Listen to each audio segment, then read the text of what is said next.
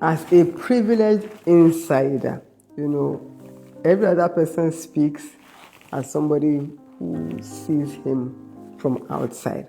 But seeing him to his closest closet, this is a man who has a heart for God. To see someone who is so yielded to the leading and instruction of God is inspiring. And it just shows that when one deliberately gives their all to God, including their life, like he always says, it shows what God can do with one person. So I would describe him as a man that is helped by God. He's a man of compassion. He's a man of very deep compassion. There's a scripture that talks about Jesus being touched by our infirmities, and I think that's similar to him. I've seen him many times break down in tears when he hears the testimonies of people, feeling touched by what it is that touches them. I think that's one of his defining features as well. If I was waking up from sleep and I was asked, what's one thing you want to say about Daddy? That consistency part, it rings in my heart every time that, how can somebody stay this consistent? One of the things I've really learned under Bishop Oyedepo is the ability to hear God and to be certain of when he speaks. Your life is a summary of what God can do with a man who is totally yielded to him. Every time we've been opportune to sit with him, the words of wisdom that he communicates challenges you. I would say most importantly, my father is a true father.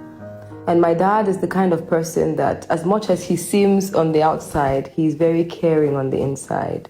My sister and I always used to call ourselves daddy's girls growing up because my dad has a soft spot for us as his girls. I like to say I'm my father's daughter, and I hope I can do greater. My very close and personal relationship with Bishop David Oyedepo began back in 2002.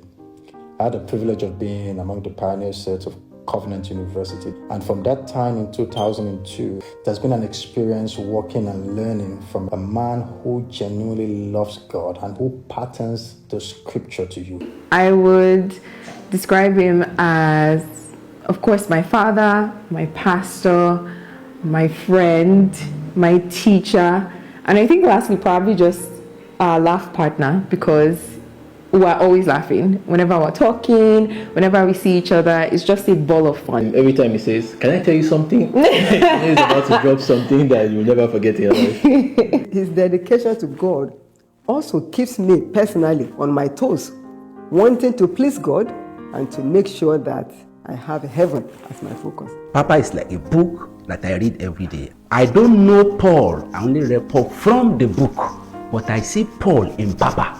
I don't know Abraham, but I read Abraham in Papa. He's so passionate about soul. I was going to have my second child, and they were going to operate me. And when my husband called him and said, "Daddy, they said they will operate me," he said, "Never. God didn't tell me she should be operated on. It's a supernatural child. Leave that hospital now." It was the middle of the night, past 11. We left the hospital, went away to Canaan land. And I was bleeding. As a woman, when you are bleeding, I was bleeding. Daddy was waiting for us. We got to Canaan land past 12 midnight. As soon as we met with Papa, that our eyes jammed our eyes, the bleeding just stopped. I told my husband, I said, "This man is not a man. The spirit, the bleeding stopped." And the next day he said, "Go to Gilead Hospital and go and do a scan. You don't need to tell them what the previous scans have said." And we did a scan. The doctor said, "The baby is fine, the placenta is fine." I said, "Everything is okay." And that was it. I gave birth to that child supernaturally. On behalf of our family, we would like to wish God's servant, our father, Bishop David Oyedepo, a happy birthday. We love you. We love God you. bless you. We look forward to greater strength, greater grace, and greater heights.